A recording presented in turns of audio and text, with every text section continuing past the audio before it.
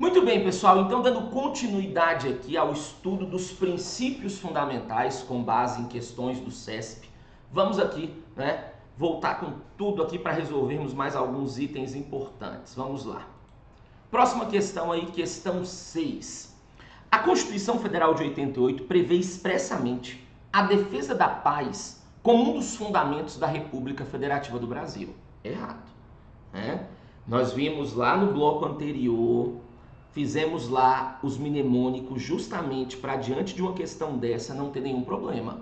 Defesa da paz não é fundamento.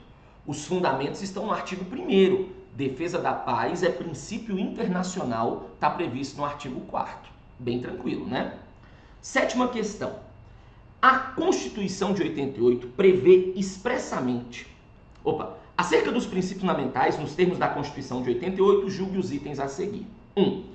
O poder que emana do povo só pode ser exercido por meio de representantes eleitos. Não, peraí. Todo poder emana do povo, que o exerce por meio de representantes eleitos ou diretamente, como eu te expliquei lá no bloco anterior. Nós temos tanto mecanismo direto, que são aqueles realizados diretamente pelo povo, pelos cidadãos, bem como nós temos mecanismos indiretos, que são aqueles realizados pelos nossos representantes. Então, ele falou que só pode ser exercido pelos representantes? Não. 2. Nas relações internacionais, artigo 4º, o Brasil rege-se, entre outros, pelos princípios da intervenção e da negativa de asilo político. Não. Da não intervenção e da concessão de asilo político. Da não intervenção, em regra, não vou me meter na briga dos outros. E ele falou da negativa, não, e da concessão de asilo político. Beleza? Pessoal, só relembrando, o asilo político é quando você concede proteção, quando o país concede proteção, àquele que está sendo ali perseguido por crimes políticos ou de opinião. E aí, tome cuidado com o detalhe, porque o CESP já cobrou isso em prova. Então, a concessão de asilo político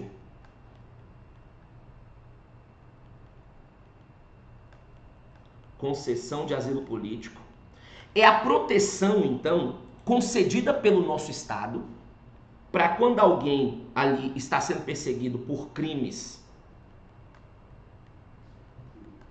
políticos ou de opinião. Então, é a proteção concedida pelo nosso país quando alguém está sendo ali perseguido por crime político ou de opinião. Só que no caso Cesare, o Supremo ele fez uma diferença entre conceder asilo político e conceder refúgio. O refúgio, pessoal, diferentemente, é a proteção concedida pelo nosso país para quando o cara ele é fugitivo de guerra ou de grave violação dos direitos humanos. Exemplo, vamos imaginar que algumas pessoas da Ucrânia resolvem vir para o Brasil e aí nós queremos proteger essas pessoas. Ele chega na prova e fala, olha, sendo assim o Brasil está concedendo asilo político para elas. Não, nós estamos concedendo refúgio, porque eles são fugitivos de guerra. Beleza? O CESP é bacana para cobrar esse tipo de situação. Mas vamos lá, 3. São objetivos fundamentais da República Federativa do Brasil a erradicação da pobreza e da marginalização e a redução das desigualdades sociais. Perfeito. Desigualdades sociais e regionais, mas não está errado. 4. A República Federativa do Brasil visa a formação de uma comunidade latino-americana de nações, por meio da integração econômica, política, social e cultural dos povos da América Latina. Também perfeito. É o que você encontra lá no parágrafo único do artigo 4º. Então, estão certos apenas os itens 3 e 4. Correta aqui, então, letra C. Beleza? Tranquilo? Então, sempre as questões do CESP, vocês vão perceber que elas têm um nível de dificuldade maior que as demais, pelo menos no constitucional. Mas isso é bom. Isso é bom porque diferencia o candidato bom do candidato mediano. Vocês estão preparados para ficarem bons, excelentes. Então, bora, galera. Taca-lhe pau. Próxima questão, 8. Visando a formação de uma comunidade latino-americana de nações, O Brasil deve buscar integração econômica, política, social e cultural entre os povos da América Latina.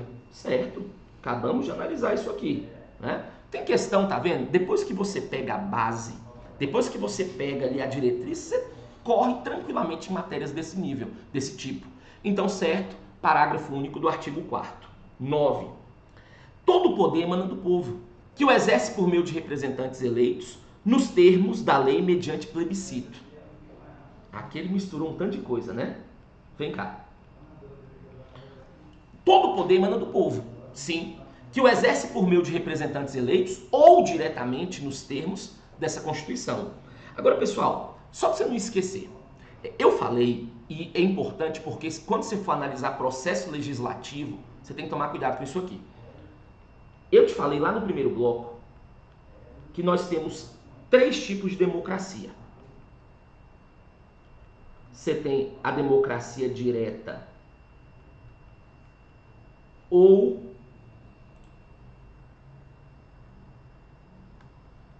participativa.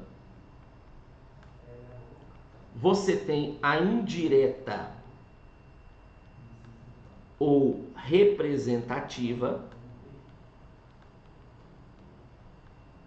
E você tem a semidireta ou mista. Então vamos só analisar isso aqui. O que é uma democracia direta ou participativa? É quando todos os atos, todos, são realizados diretamente pelo povo. Então na direta, todos os atos, né, devem ser realizados diretamente pelo povo. Vejam bem, a nossa democracia não é direta porque nós não temos todos os atos sendo realizados diretamente pelo povo. Só que cuidado, nós temos resquícios de democracia direta. Voto, plebiscito, referendo, iniciativa popular, segundo o STF, ação popular, gestão democrática do SUS, orçamento participativo. Então são casos que o povo exerce diretamente ali o poder. Mas a nossa não é direta porque não são todos. O que é a indireta ou representativa? É quando todos os atos são feitos pelos representantes do povo. Eu posso lhe afirmar categoricamente, contundentemente o quê? Que no Brasil a maioria dos atos são realizados pelos nossos representantes. Isso é fato. Agora, eu não posso falar todos, porque nós temos algumas situações que são feitas diretamente. Então, o que eu fiz? Eu juntei as duas e acabei criando uma democracia semidireta ou mista, né? Então, a nossa, o que a Constituição fala? Todo poder emana do povo, que o exerce por meio de representantes eleitos, é a indireta, ou diretamente nos termos dessa Constituição. Então, eu tenho os 2 mecanismos, por isso, como eu já tinha mencionado anteriormente, a nossa é semidireta ou mista. Só que só incrementar alguns pequenos detalhes aqui para vocês, até porque eu posso cobrar isso aqui também dentro de organização do Estado. Então, bora. Então, 9, errado. 10. São poderes da União dependentes e interligados entre si, o Executivo, o Legislativo e o Judiciário. Não, por favor. Isso aqui você encontra lá no próprio artigo 2º. O artigo 2º da Constituição fala que são poderes da União independentes e harmônicos entre si, o Executivo, o Legislativo e o Judiciário. Então, esse dependentes e interligados, não. Independentes e harmônicos. Próxima. 11. A cidadania, a soberania e o livre diálogo estão entre os princípios fundamentais da República Federativa do Brasil. Vamos lá. Cidadania é princípio fundamental porque é fundamento. Soberania é princípio fundamental porque também é fundamento. Livre diálogo? Não. Livre diálogo não é princípio fundamental. Não é fundamento, não é objetivo, não é princípio internacional. Ou seja, não é princípio fundamental. Beleza? Só aproveitando o ensejo aqui. Então tá errado. Mas não esqueça, aproveitando o embalo, que a cidadania é um dos nossos fundamentos, sim, está lá no artigo 1º, né? E o que eu quero que você tome cuidado? Essa cidadania que a Constituição fala, pessoal, ela foi colocada em sentido amplo. Como assim? Você tem dois tipos de cidadania. Cidadania em sentido amplo e cidadania em sentido estrito. De antemão, a nossa, que está no artigo 1º, ela está em sentido amplo. Ponto. Então, o que é isso? Cidadania em sentido amplo, que é essa que a Constituição prega, é a capacidade que nós, indivíduos, temos de participar da vida do Estado. Então, sempre que nós participarmos da vida do Estado de alguma forma, nós vamos estar exercendo essa cidadania aqui. Por exemplo, quando eu voto, quando eu sou votado, quando eu participo de um concurso, quando minha empresa concorre a uma licitação, quando eu entro com ação na justiça. Então, sempre que de alguma forma eu participar da vida do Estado, eu vou estar exercendo essa cidadania aqui, porque ela está em sentido amplo. Só que cuidado, porque de vez em quando o CESP vem e fala assim, gente, a cidadania, um dos fundamentos da nossa Constituição, diz respeito apenas à capacidade de votar e ser votado.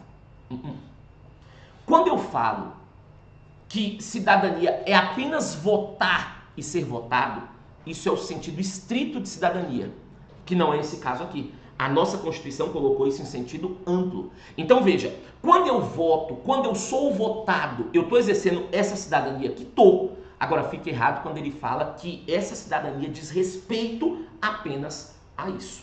Beleza? Então a cidadania que está na Constituição, lá no artigo 1º como fundamento, ela está em sentido amplo.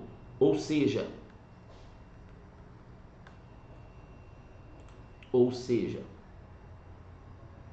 é a capacidade do indivíduo participar da vida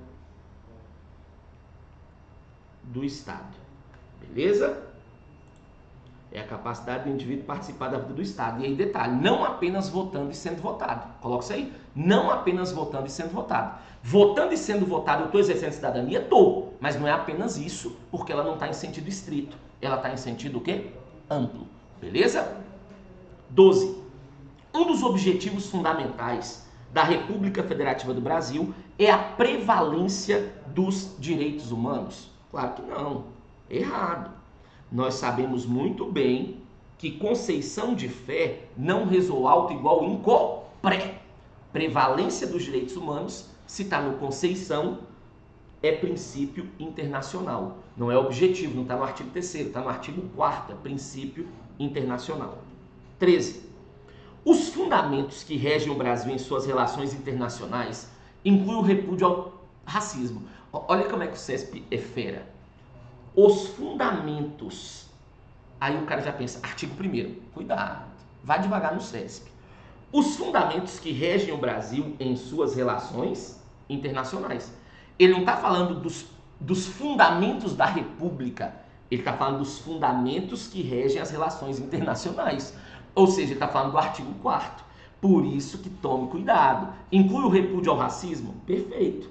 Né? Repúdio ao terrorismo e ao racismo. Cara, eu sou, vocês sabem, fã mesmo, fascinado por provas do CESP, justamente por isso. 14. Bora. Democracia e soberania popular são princípios que preservam o sistema jurídico contra atos autoritários. Certo. Só que veja bem, eu peguei essa questão só para você entender um detalhe. Democracia e soberania popular são princípios que preservam o sistema jurídico contra atos autoritários, certo?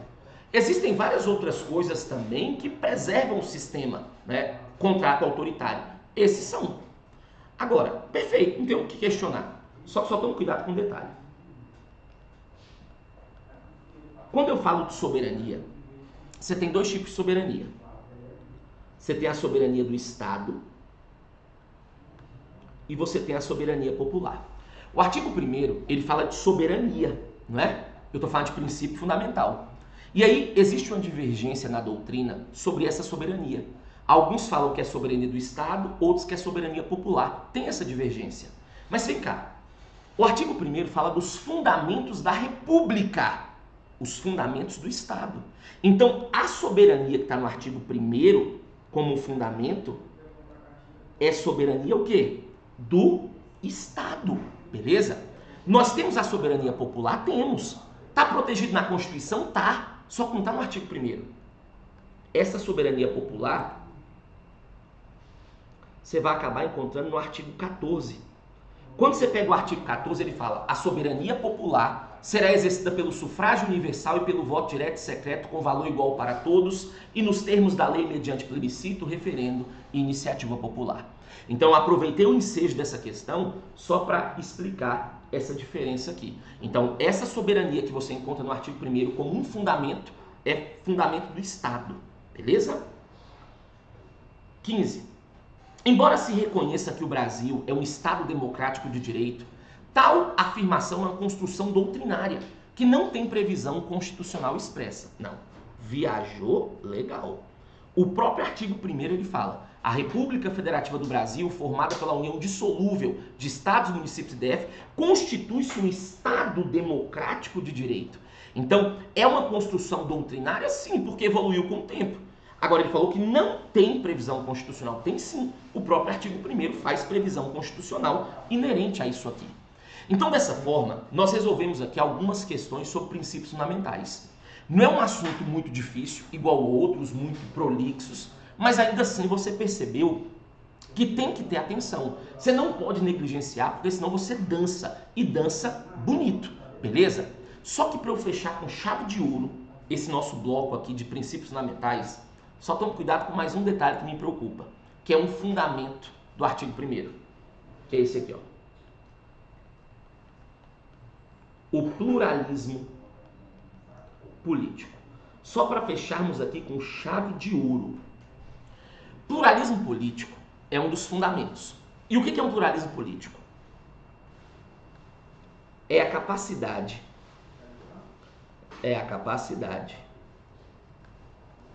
que o indivíduo possui